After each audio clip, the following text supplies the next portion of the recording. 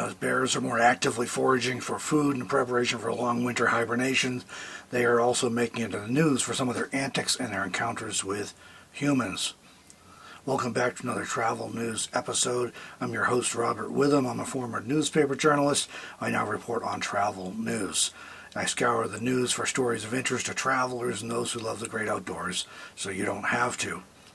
In this video, we'll cover 10 wild bear tales from around North America, and yes, I am using that wild pun intentionally. First story is about orphaned bear cubs in New Mexico. We talked about this a little while ago. One of two bear cubs that were orphaned when their mother brought them into Santa Fe, New Mexico, has been located and safely captured. The female cub was spotted in a tree at the National Cemetery in Santa Fe. Wildlife officers were able to tranquilize the bear and transport it to the Cottonwood Veterinary Clinic in Espanola, where the cub will be prepared for eventual release back into the wild. The cub, which has been named Bonita, has been paired with another cub named Pooh Bear that was found at Jemez Springs. The pair are being trained to live in the wild with as little human contact as possible to prevent them from becoming habituated to humans. They'll be released into the wild together as soon as they are ready. Wildlife officials are still searching for the second orphaned cub. And in North Carolina, another bear breaking into a car. We've had several of these stories this year. A TikTok creator in North Carolina posted security footage of a close encounter with a black bear that opened the door of her car and climbed inside. The woman walked out of her house holding a basket of apples just after the bear entered her car, so she did not initially see the bear. You can see in the video that she approaches the car looking curiously at the open door before spotting the bear inside. After spotting the bear, the woman attempts to close the car door to keep the bear contained, which probably would have been disastrous for the vehicle, but I think she was more worried about safety at that point. But the bear forces its way out of the car. As the bear jumps from the car, the woman screams. Both woman and bear run in opposite directions. The bear then sits down to scratch and itch. We've seen at least a few cases of bears entering cars this year, including in Estes Park, where it was caught on video. Always lock your vehicle doors and close the windows of parking in bear country, because they have figured out how to open the door handle. So if they can open the door and get in, they're going to do it. A bear in Colorado Springs was captured on security camera footage stealing a trash can from a driveway. The homeowner apparently took precautions to keep bears out of the garbage by strapping the lid of the trash can closed. In response, this crafty bear just took the entire trash can. The trash can was recovered from a neighboring driveway across the street, still strapped shut. And charges in connection with a brown bear incident in Alaska. This is from a press release from the Department of Justice. 3 men have been federally charged for illegally leaving the Brooks Falls viewing platform and entering a closed area of the Brooks River at Brooks Falls, Katmai National Park on August 9, 2018. The men are all charged with creating a hazardous condition in a closed area and approaching within 50 yards of brown bears. The information alleges that David Engelman, 56, of Sandia Park, New Mexico, Ronald J. Engelman II, 54, and Stephen Thomas, 30, both of King Salmon, Alaska, left the authorized Brooks Falls viewing platform and waded into the Brooks River below Brooks Falls. The 3 men created a hazardous condition as brown bears were feeding on the falls and in the Brooks River just below the falls. As they waded into the Brooks River, the 3 men came within 50 yards of the brown bears. If convicted, they each face a maximum penalty of 6 months in prison, a $5,000 fine, and a year of probation. 6 months in prison and a $5,000 fine is nothing compared to what could have happened to these guys. Why on earth would anyone want to wade out into a river within 50 yards of feeding brown bears? I'm at a loss.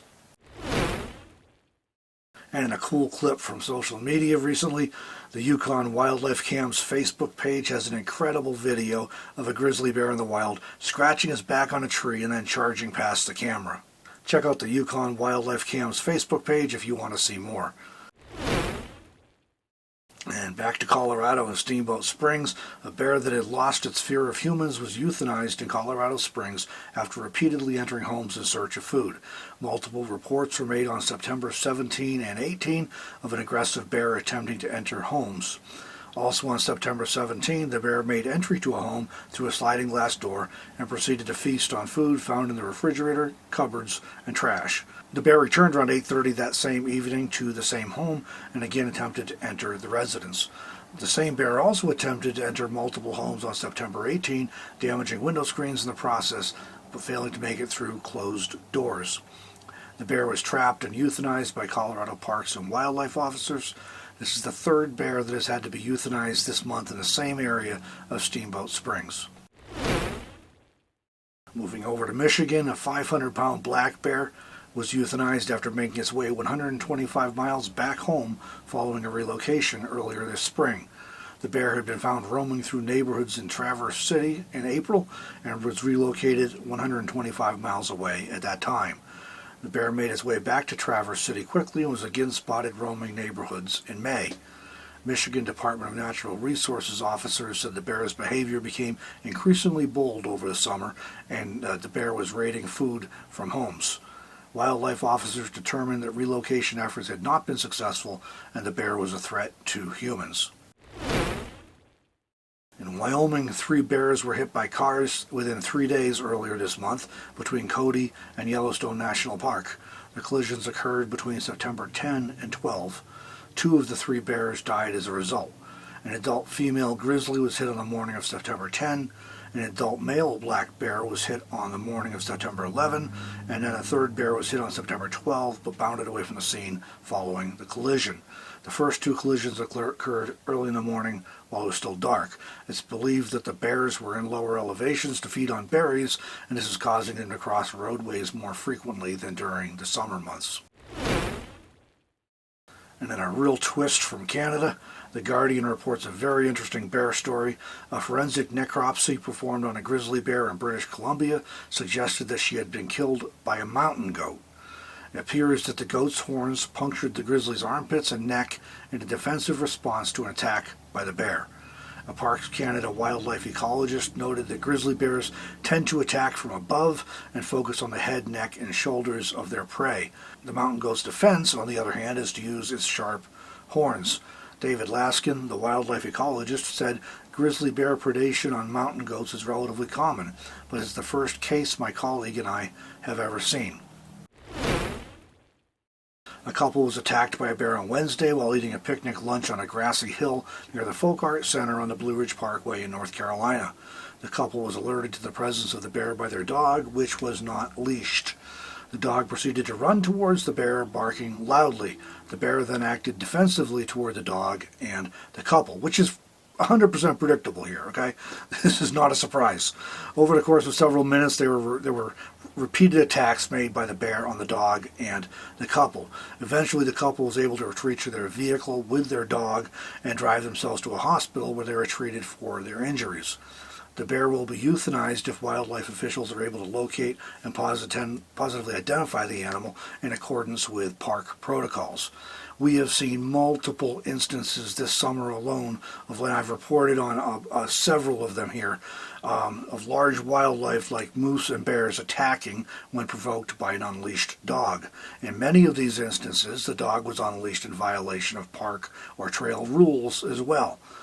These attacks occurred precisely because pet owners refused to obey the rules and apparently thought my dog would never fill in the blank, right? Guess what? Your dog will, because it is a dog and dogs will do what dogs do. And that doesn't mean it's a bad animal, a bad pet. It means it's an animal. And it's put in a certain set of circumstances, animals are going to default to instinct and do what instinct tells them to do. And moose, bear, or other wild animals that feel threatened by your unleashed dogs will also do what animals do, and they're going to defend themselves, and that may include attacking your animal. It may also include attacking you. They will defend themselves from your dog. Specifically, wild animals like bears and moose and a few others feel very threatened by dogs, and they will attack and fight back in response to that, even if you think your dog is harmless and is only going to barking and not going to hurt them. They will attack and fight back. That may result in injury or death to your dog, as well as to the wild animal that was defending itself. It may result in injury or death to you. since you're out there and you're associated with the dog. The good news in this story is nobody lost their life. Maybe these irresponsible pet owners have learned a lesson and either will not bring their dog to areas where wildlife is present, or at least release it responsibly in the future. The other piece of good news in this story is that no innocent bystanders were injured or killed, because dogs are notorious for running bears back towards people, so this could have turned out much worse than it did. Of course, none of this will matter to the bear, that was just defending itself if wildlife officials manage to identify the bear and euthanize it as a result of this encounter.